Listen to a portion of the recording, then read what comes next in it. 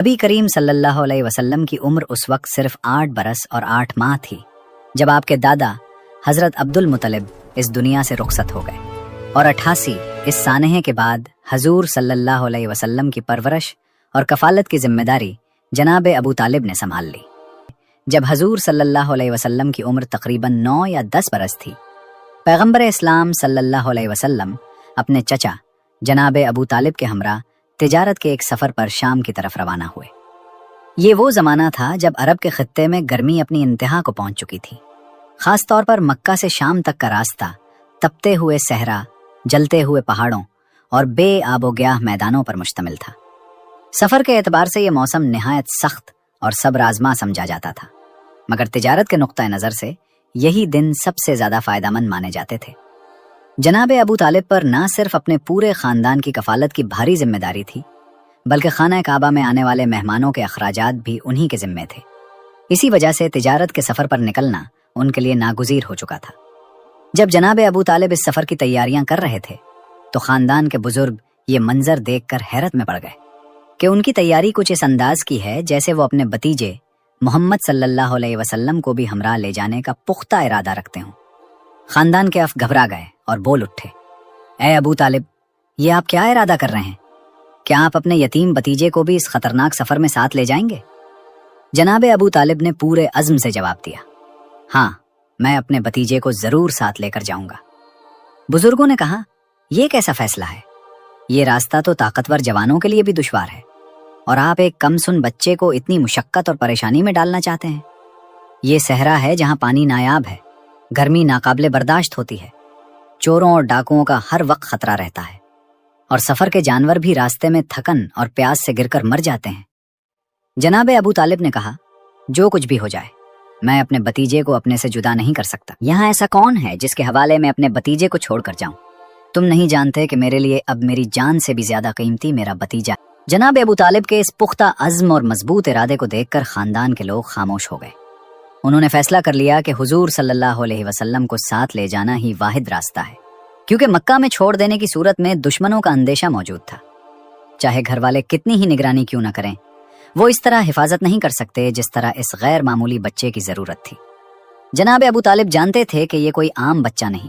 عام بچے کی حفاظت تو راستہ بھولنے، جانوروں کے حملے یا اغوا کے خوف تک محدود ہوتی ہے، مگر یہاں خطرہ یہ تھا کہ یہودی، عیسائی اور کاہن سب اس بچے کے دشمن بن سکتے ہیں۔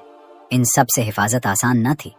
ایک طرف جناب ابو طالب کے دل میں یہ پختہ فیصلہ تھا کہ میں اپنے بھتیجے کو اپنے ساتھ لے کر جاؤں گا، اور دوسری طرف یہ خیال بھی ستا رہا تھا کہ یہ راستہ کتنا سخت اور تکلیف دہ ہے۔ ایک یتیم بچے کو اس آزمائش میں کیسے ڈال دوں؟ مگر اس کے سوا کوئی حل نظر نہیں آ رہا تھا۔ چنانچہ اپنی حد تک پوری احتیاط کی گئی۔ حضور صلی اللہ علیہ وسلم کے لیے سواری پر ایک آرام دہ مومل تیار کروایا گیا۔ قافلہ مکمل تیاری کے ساتھ مکہ سے روانہ ہوا، اور جناب ابو طالب کا دل مسلسل دھڑک رہا تھا کہ کچھ ہی فاصلے پر صحرائی علاقہ شروع ہونے والا ہے، جہاں بنجر زمین، سنسان وادیاں اور ویران پہاڑ سورج کی تپش میں اس طرح دہک رہے تھے جیسے آگ سے نکال کر رکھ دیے گئے ہوں، اور دور دور تک پانی کا نام و نشان تک نہ تھا۔ اگر میرا بھتیجا کسی آزمائش یا پریشانی میں مبتلا ہو گیا تو کہیں ایسا نہ ہو کہ الزام مجھ پر آ جائے۔ لیکن قافلہ ابھی تھوڑا ہی آگے بڑھا تھا کہ جناب ابو طالب کی تشویش حیرت میں تبدیل ہونے لگی۔ وہ دیکھ رہے تھے کہ آج یہ کیسے غیر معمولی واقعات رونما ہو رہے ہیں۔ چاروں طرف شدید گرمی ہے، تپتی ہوئی لو چل رہی ہے، سورج آگ برسا رہا ہے، مگر میرے بھتیجے حضرت محمد صلی اللہ علیہ وسلم کے سر پر بادل کا ایک ٹکڑا اس طرح سایہ فگن ہے کہ اس کی ٹھنڈی رحمت کے دائرے میں پورا قافلہ آ چکا ہے۔ پروردگار عالم کا وہ رسول جسے آگے چل کر رحمت للعالمین بننا ہے، اس کی سہولت صرف اسی تک محدود نہیں، بلکہ وہ سب ساتھیوں کو اس رحمت میں شریک کر رہا ہے۔ بادل کا وہ ٹکڑا پورے قافلے کے اوپر سایہ کیے ہوئے ہے، اور اس سے ایسی ٹھنڈی ہوا نکل رہی ہے جیسے جلتے ہوئے سروں پر برف رکھ دی گئی ہو۔ تپتے موسم، دہکتی دھوپ اور جلتی ہوئی لو میں اگر کسی کو ایسی راحت نصیب ہو جائے تو اندازہ کیجئے کہ اس کا لطف اور سکون کتنا ہوگا۔ اب یہ قافلہ معجزات کے ساتھ آگے بڑھ رہا تھا۔ اس سے پہلے کبھی ایسا نہیں ہوا تھا کہ اتنی زیادہ سواریوں والا کوئی قافلہ خیریت کے ساتھ سفر مکمل کرے۔ راستے میں اونٹ پیاس اور گرمی سے گر کر مر جاتے تھے، حالانکہ وہ صحرائی جانور ہیں، مگر ہر مشقت کی ایک حد ہوتی ہے۔ کہیں گھوڑے تھکن سے ہار مان لیتے تھے، مگر یہ وہ واحد قافلہ تھا جو حیرت انگیز انداز میں رواں تھا۔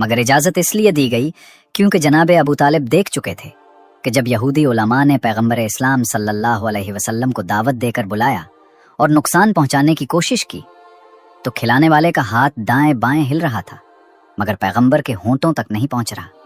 اس لیے ابو طالب کو یقین کامل تھا کہ اگر کھانے میں کوئی خرابی بھی ہو تو میرے بھتیجے کو کوئی نقصان نہیں پہنچے گا۔ اب پیغمبر صلی اللہ علیہ وسلم کے سامنے یہ کھانا رکھا گیا۔ حضور صلی اللہ علیہ وسلم نے کھانا دیکھا اور بحرہ سے کہا کہ میں اکیلا نہیں ہوں، میرے ساتھ میرے ساتھی بھی ہیں، یہ کیسے ممکن ہے کہ میں اکیلا دسترخوان پر بیٹھ جاؤں؟ یہاں دو روایتیں ہیں، پہلی یہ کہ بحرہ نے کم کھانا تیار کیا تھا، اور دوسری یہ کہ وہ پیغمبر اسلام صلی اللہ علیہ وسلم کی دعوت کرنا چاہتا تھا مگر اتنے بڑے قافلے کے لیے کھانا تیار کرنا اس کے بس میں نہ تھا۔ چنانچہ جب رسول اللہ صلی اللہ علیہ وسلم نے کہا کہ میرے ساتھ میرے ساتھی بھی ہیں تو بحرہ پریشان ہو گیا کہ اب کیا جائے۔ وہ پیغمبر صلی اللہ علیہ وسلم سے کہتا ہے کہ میں نے آپ کو دعوت دی تھی اور میری استطاعت اتنی نہیں کہ سب کے لیے کھانا تیار کر سکوں۔ پیغمبر صلی اللہ علیہ وسلم نے کہا کہ اچھا تو صرف مجھے اجازت دے دے کہ میں جس کو چاہوں اس کھانے میں شریک کر سکوں، میں تجھ سے یہ نہیں کہہ رہا کہ سب کے لیے کھانا تیار کر کے لے آؤ، میں اپنے حصے میں سے دینے کے لیے تیار ہوں، پہلے مجھے اجازت دے دے۔ بحرہ نے کہا کہ ہاں آپ کو اجازت ہے۔ پیغمبر صلی اللہ علیہ وسلم نے سارے قافلے والوں سے کہا کہ آؤ آ کر یہاں بیٹھو اور میرے ساتھ کھانا کھاؤ۔ اگر کوئی بڑا یہ بات سنتا تو قافلے والے غصے میں آ جاتے کہ ایک آدمی سے بھی کم کا کھانا ہے اور ہمیں بلا رہے ہو، کیا ہمارا مذاق اڑا رہے ہو؟ مگر جیسا کہ آپ جانتے ہیں کہ بچوں کی باتیں انسان برداشت کر لیتا ہے۔ اب قافلے والوں کو معرفت نہیں تھی، چنانچہ سارا قافلہ آ گیا۔ بچے نے کہا اور اس کی وجہ سے ہمیں بہت فائدہ ہوا، چلو کھانے میں شریک ہو جاتے ہیں۔ قافلہ الگ حیران ہے، بحرہ الگ پریشان اور ساتھ خوش بھی ہے۔ جب یہ منظر دیکھا کہ 170 آدمی یہ کہہ کر کھڑے ہو گئے کہ آج ہم نے پہلی مرتبہ سفر میں پیٹ بھر کے کھانا کھایا ہے، مگر کھانا اتنے کا اتنا ہی پڑا اور باقی ہے۔ بحرہ نے جب یہ منظر دیکھا تو اسے یقین ہو گیا کہ میں صحیح مقام پر پہنچا ہوں۔ ہاتھ میں پنکھا لے کر اپنی عبادت گاہ سے باہر آیا، پیغمبر صلی اللہ علیہ وسلم کے پیچھے کھڑے ہو کر پنکھا ہلا رہا ہے۔ اب جو لوگ بحرہ کو نہیں جانتے تھے انہیں زیادہ حیرت نہیں ہوئی، مگر پھر بھی حیرت تھی کہ 10 سال کا بچہ ہے اور 200 سال کا بزرگ اس کے پیچھے کھڑے ہو کر پنکھا ہلا رہا ہے۔ مگر جو لوگ بحرہ کو جانتے ہیں وہ جانتے تھے کہ یہاں سے لے کر شام تک اس کی عبادت کے ڈنکے بجتے ہیں، سارا شام اس کی عزت کرتا ہے اور یہ 10 سال کے بچے کی خدمت کر رہا ہے۔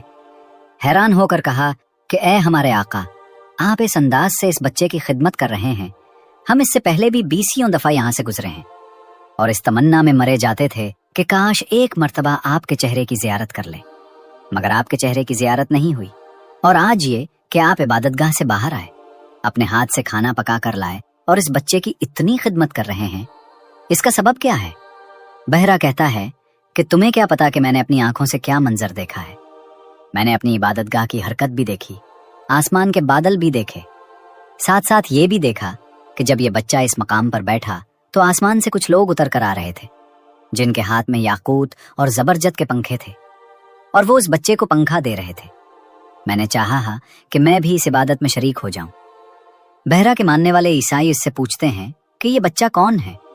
وہ کہتا ہے کہ میں کب سے اس کا انتظار کر رہا تھا، کیونکہ انبیاء کے صحیفوں میں لکھا ہے کہ جب کوئی بچہ اس درخت کے نیچے بیٹھے اور یہ درخت سرسبز و شاداب ہو جائے، اس طرح کہ اس میں 2 موسموں کے پھل ایک وقت میں لگ جائیں، اور جب اس ندی میں پانی جاری ہو جائے تو وہ اللہ کا آخری نبی ہوگا، وہ تمام انبیاء کا سردار ہوگا، اور جو اس کا کلمہ پڑھے گا دنیا و آخرت میں نجات پائے گا۔ اپنے ساتھیوں سے گفتگو کے بعد بحرہ حضرت ابو طالب کی طرف آیا اور کہا کہ پھر بتائیے یہ کون ہے؟ جواب دیا گیا کہ یہ میرا بیٹا ہے۔ بحرہ کہتا ہے کہ ہرگز نہیں، یہ آپ کا بیٹا نہیں ہو سکتا، کیونکہ جو نشانیاں میرے پاس ہیں وہ کچھ اور بتا رہی ہیں۔ جناب ابو طالب نے کہا کہ ہاں، میرا سگا بیٹا تو نہیں ہے، مگر میرے سگے بھائی کا بیٹا ہے، یعنی میرا بھتیجا ہے۔ بحرہ پوچھتا ہے کہ اس کے والد کہاں ہیں؟ جواب دیا گیا کہ وہ پیدائش سے 6 ماہ پہلے انتقال کر چکے ہیں۔ ماں کہاں ہے؟ کہا گیا کہ جب یہ بچہ 6 سال کا تھا تو ماں کا انتقال ہو گیا تھا۔ بحرہ کہتا ہے کہ اے ابو طالب، خدا کی قسم، اگر آپ کو صحیح معنوں میں معلوم ہو جاتا کہ یہ بچہ کون ہے تو آپ کبھی اسے گھر سے باہر نہ نکالتے۔ کیا آپ کو معلوم نہیں کہ یہ وہ نبی ہے جس کی نبوت میں اتنے لوگ آئیں گے کہ 1,24,000 انبیاء میں سے کسی کی نبوت کو اتنے لوگوں نے نہیں مانا؟ کیا آپ کو معلوم نہیں کہ اسی کی نبوت پر قیامت آئے گی؟ کیا آپ کو معلوم نہیں کہ اسی کا کلمہ ساری کائنات میں پڑھا جائے گا؟ جناب ابو طالب کہتے ہیں کہ مگر اس سے بچے کو گھر میں بٹھانے کا کیا تعلق؟ کہا گیا کہ ساری دنیا کے یہودی اور عیسائی اس بچے کی تلاش میں ہیں، اور اگر وہ اسے پا جائیں تو ایک لمحے کے لیے زندہ نہ رہنے دیں۔ میں آپ کو نصیحت کرتا ہوں کہ آپ اس بچے کو گھر واپس بھیج دیں، اور خبردار اسے باہر نہ نکالیں جب تک کہ یہ اعلان رسالت نہ کریں۔ بعض تاریخوں میں ملتا ہے کہ حضرت ابو طالب نے پیغمبر صلی اللہ علیہ وسلم کو واپس بھیج دیا، اور بعض میں یہ کہا گیا کہ اگر راستے کے معجزات نہ دیکھے ہوتے تو شاید جناب ابو طالب بھی پریشان ہو جاتے، مگر اتنے معجزات کو دیکھ کر دل میں اطمینان ہوا کہ اس بچے کو کوئی نقصان نہیں پہنچ سکتا۔ بحیرہ کا شکریہ ادا کر کے قافلہ آگے بڑھا۔ یہ شام کے راستے میں پہلا شہر تھا۔ آگے بڑھتے ہوئے شام کے دارالخلافہ میں داخل ہوئے۔ حضرت ابو طالب کہتے ہیں کہ غالباً پروردگار عالم نے شام والوں پر یہ حجت تمام کرنا تھی۔ چنانچہ جب میرا بھتیجا شام کے اس شہر میں داخل ہوا تو مجھے ایسا لگا جیسے آسمان سے 14ویں کا چاند اتر آیا ہو۔ پورے شہر میں ایک روشنی پھیل گئی، اور لوگ اپنے گھروں سے نکل کر حیران رہ گئے کہ مکہ سے آنے وافلے میں ایک نوجوان ہے جس کے چہرے سے نکلنے والا نور سارے شہر کو جگمگا رہا ہے۔ اب سارا شہر اس کے گرد جمع ہو گیا۔ یہ بڑا شہر ہے، ساری دنیا کے قافلے یہاں آتے ہیں، مگر ہر قافلے کو خریدار بلانے کا مسئلہ ہوتا ہے، لیکن یہاں الٹا معاملہ ہو گیا۔ اس سے پہلے کہ یہ لوگ اپنا سامان بازار میں پیش کرتے، سارا شہر خود نکل کر ان کے پاس آ گیا، اور نتیجہ یہ نکلا کہ کھڑے کھڑے ان کا سارا سامان تجارت فروخت ہو گیا۔ یہاں تک کہ جس قافلے کو عام طور پر 1 مہینہ ٹھہرنا پڑتا تھا، اس دفعہ صرف 3 دن کے اندر اندر سامان فروخت کر کے اور نیا سامان لے کر روانہ ہو گئے، جو یمن کے راستے آگے بھیجنا تھا۔ شام کے پہلے شہر میں بھی ایک عیسائی راہب ملا تھا، اور اس شہر میں بھی عیسائیوں کا سب سے بڑا راہب آیا ہوا تھا، جیسے آج کل پاپ ہوتا ہے۔ اس کا نام نستورہ تھا۔ وہ بھی اس دن موجود تھا جس دن چاند جیسی روشنی پورے شہر میں پھیلی تھی۔ وہ پیغمبر اسلام صلی اللہ علیہ وسلم کے چہرے کو دیکھ کر ایسا متاثر ہوا کہ 3 دن تک پیغمبر اسلام صلی اللہ علیہ وسلم کے قدموں میں بیٹھا رہا، یہاں تک کہ جب رات کو آرام کے لیے لوگ چلے جاتے تو وہ گھر نہیں جاتا تھا، بلکہ رسول صلی اللہ علیہ وسلم کے دروازے کے سامنے زمین پر لیٹ جاتا تھا۔ یہ کسی عام آدمی کی بات نہیں تھی، بلکہ نستورہ راہب کی بات تھی، جو شامیوں کا سب سے بڑا راہب تھا، اور شام عیسائیوں کا سب سے بڑا مرکز تھا۔ 3 دن گزر گئے مگر وہ زبان سے کچھ کہہ نہ سکا۔ تیسرے دن اسے یوں محسوس ہوا جیسے اب اس کی زبان میں حرکت کی طاقت پیدا ہو گئی ہے۔ وہ جناب ابو طالب رحمہ اللہ کے پاس گیا اور کہا کہ میں صرف ایک اجازت چاہتا ہوں، اور وہ اجازت یہ ہے کہ اس نوجوان کے کندھے سے ذرا کرتا ہٹایا جائے۔ جناب ابو طالب رحمہ اللہ نے 3 دن اس کا جذبہ دیکھ رکھا تھا، اس لیے کرتا ہٹا دیا۔ جیسے ہی مہر نبوت پر اس کی نگاہ پڑی تو وہ بے اختیار ٹوٹ پڑا، مسلسل بوسے لینے لگا، پھر جلدی سے مہر نبوت کو چھپایا اور جناب ابو طالب رحمہ اللہ سے کہا کہ خبردار آئندہ نہ اسے کبھی مکہ سے باہر لانا، اور نہ مکہ میں کسی کو یہ مہر نبوت دکھانے دینا۔ اگر کسی اور نے اسے دیکھ لیا تو اس بچے کی جان بچنا بہت مشکل ہو جائے گا۔ اسی قافلے میں کچھ اور لوگ بھی تھے، وہ کہتے ہیں کہ ہم بھی اسی قافلے میں تھے، مگر ہمارا گروہ ذرا الگ تھا۔ سارا شہر تو پیغمبر اسلام صلی اللہ علیہ وسلم اور نستورہ راہب کی طرف متوجہ تھا۔ ہم یہ سب چھوڑ کر شہر کے باہر گھومنے لگے۔ جب ہم شہر سے باہر گئے تو دیکھا کہ کچھ نہایت کمزور عبادت گزار لوگ موجود ہیں، جن کے چہرے کمزوری کی وجہ سے اس قدر زرد تھے کہ جیسے کسی نے زعفران ملا دیا ہو، اور عبادت کے اثر سے ان کے چہروں پر ایک خاص نور تھا۔ انہوں نے ہمیں دیکھا تو پوچھا کہ کیا تم مکہ کے قافلے سے آئے ہو؟ ہم نے کہا کہ ہاں، اسی قافلے میں آئے ہیں۔ انہوں نے کہا کہ ہمارے ساتھ ہماری عبادت گاہ میں چلو۔ ہم نے کہا کہ تمہاری عبادت گاہ سے ہمارا کیا تعلق؟ وہ کہنے لگے کہ تمہارا کیا نقصان ہے، عزت و احترام ملے گا اور ہم تمہاری خدمت کریں گے۔ ہم نے بھی سوچا کہ جانے میں کیا حرج ہے، چنانچہ ہم ان کے ساتھ گئے اور عبادت گاہ میں داخل ہوئے۔ وہاں ہم نے دیکھا کہ اسی طرح کے بہت سے عبادت گزار بیٹھے، اور ان سب کے درمیان ایک ایسا نہایت مقدس شخص بیٹھا تھا کہ ہمارا دل خود بخود اس کی طرف کھنچنے لگا۔ ہم اس کے قریب گئے، اس نے ہمیں غور سے دیکھا، پھر ایسا محسوس ہوا جیسے وہ مایوس ہو گیا ہو، جیسے اسے کسی اور کا انتظار تھا۔ وہ اپنے ساتھیوں سے کہنے لگا کہ میں تمہیں اتنے دنوں سے ایک کام کہہ رہا ہوں اور تم میرا اتنا سا کام بھی نہیں کر سکے۔ یہ کہتے ہوئے وہ کانپنے لگا۔ ہم نے کہا کہ آپ ہمارے آقا اور سردار ہیں، مگر ہمیں مکہ کے قافلے کے یہی نوجوان ملے تو ہم انہیں لے آئے۔ اس نے ہمیں دوبارہ دیکھا اور پوچھا کہ تم مکہ سے آئے ہو؟ ہم نے کہا ہاں۔ اس نے پوچھا کس خاندان سے تعلق ہے؟ ہم نے کہا خاندان عبد شمس یعنی بنی امیہ سے۔ یہ سن کر وہ مزید مایوس ہو گیا اور کہا کہ مجھے تم سے کوئی کام نہیں، یہ بتاؤ کیا تمہارے ساتھ خاندان بنو ہاشم کا بھی کوئی فرد ہے؟ ہم نے کہا ہاں۔ اس نے پوچھا کیا اس میں کوئی بچہ بھی ہے؟ ہم نے کہا ایک بچہ ہے، مگر اس کا کیا ذکر کرنا، ہمیں تو اس کا نام بھی معلوم نہیں، ہم اسے یتیم عبد المطلب کہتے ہیں۔ بس یہ سننا تھا کہ وہ نہایت بزرگ عیسائی راہب اپنے رانوں پر ہاتھ مار کر اچھل پڑا، کتاب بند کی اور کہا یسوع مسیح اور مریم کی قسم، عیسائیت کا خاتمہ ہو گیا، آج دین عیسیٰ کو زوال آ گیا، اب اس دین کو مٹ جانا ہے۔ یہ کہہ کر وہ تڑپتا ہوا کھڑا ہو گیا، شدید بے چینی کے عالم میں ہمارے قریب آیا اور کہا کہ کیا ایک مرتبہ اس بچے کی جھلک ہمیں دکھا سکتے ہو؟ ہم نے کہا کہ وہ اسی شہر میں آیا ہوا ہے، چلو چل کر دیکھ لو۔ وہ عیسائی راہب ہمارے ساتھ شہر میں داخل ہوا۔ ہم نے سوچا کہ ذرا اس کا امتحان لیا جائے کہ یہ اس یتیم کے پیچھے اتنا کیوں پڑا ہوا ہے۔ ہم اسے اپنے قافلے کے قریب لے گئے اور قافلے میں موجود ایک اور آدمی کی طرف اشارہ کر کے کہا کہ دیکھو یہ وہ ہے جسے آپ دیکھنا چاہتے ہیں۔ اس نے غور سے دیکھا اور کہا کہ یہ وہ نہیں ہے، اور اس سے پہلے کہ ہم کچھ کہتے اس کی نگاہ پیغمبر اسلام صلی اللہ علیہ وسلم کے چہرے پر پڑ گئی۔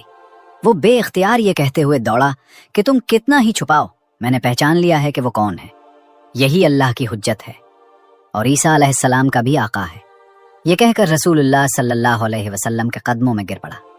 حضرت ابو طالب رحمہ اللہ یہ دیکھ کر حیران ہو گئے، ایسا بزرگ؟ اس کی بزرگی اور احترام کو دیکھ کر دل چاہ رہا تھا، اور وہ رسول اللہ صلی اللہ علیہ وسلم کے قدموں میں گر پڑا۔ میں چپک رہا تھا اور بار بار یہ کہتا جا رہا تھا کہ کاش دنیا معرفت حاصل کرے کہ یہ کون ہے، کاش میں اس وقت تک زندہ رہوں کہ یہ نبوت کا اعلان کرے اور میں اس کا کلمہ پڑھوں۔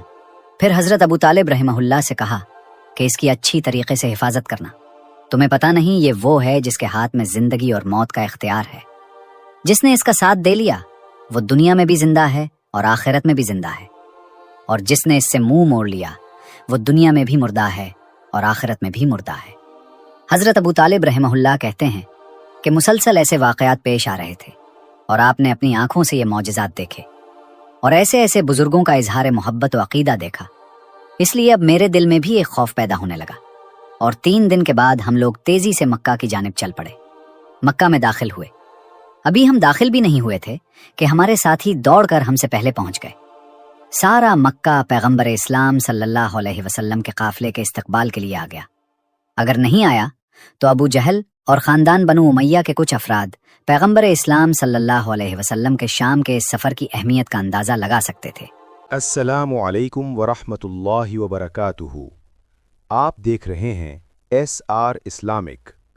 SR اسلامک ایک ایسا چینل ہے جہاں آپ کو اسلام سے متعلق سبق آموز واقعات، ایمان کو مضبوط کرنے والی باتیں اور دل کو چھو لینے والا اسلامی مواد سننے کو ملے گا۔ اگر آپ کو یہ ویڈیو اچھی لگے تو لائک کریں، شیئر کریں، اور مزید ایسی ویڈیوز کے لیے ہمارے چینل SR اسلامک کو ضرور سبسکرائب کریں۔